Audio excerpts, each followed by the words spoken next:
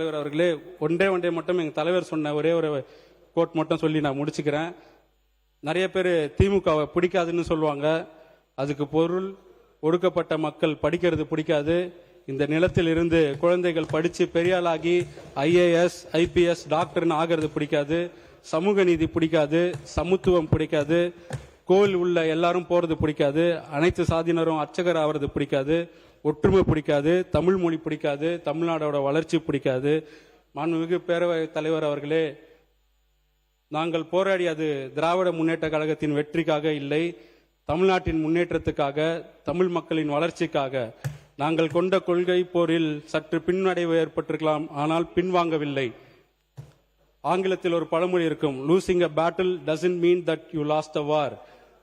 தமிழரின் உரிமைக்காக திராவிட முன்னேற்ற கழகம் என்றும் போராடும். நாங்கள் பின்வாங்கியதாக எங்கும் யாரும் எதுவும் நினைக்க வேண்டாம். உள்ளாட்சி தேர்தலையும் பார்த்துக்கலாம், அதே மாதிரி இடைத்தேர்தலையும் பார்த்துக்கலாம். மாண்புமிகு பேரவைத் தலைவர்களே, நன்றி. மாண்புமிகு பள்ளிக்கல்வித்துறை அமைச்சர் அவர்கள். பேரவைத் தலைவர் அவர்களே, நான் சும்மா இருக்கணும் முடிவு பண்ணிட்டு இல்ல, அவர் கன்னி பேச்சு, அவரோட கட்சி சார்ந்து பேசுறாரு.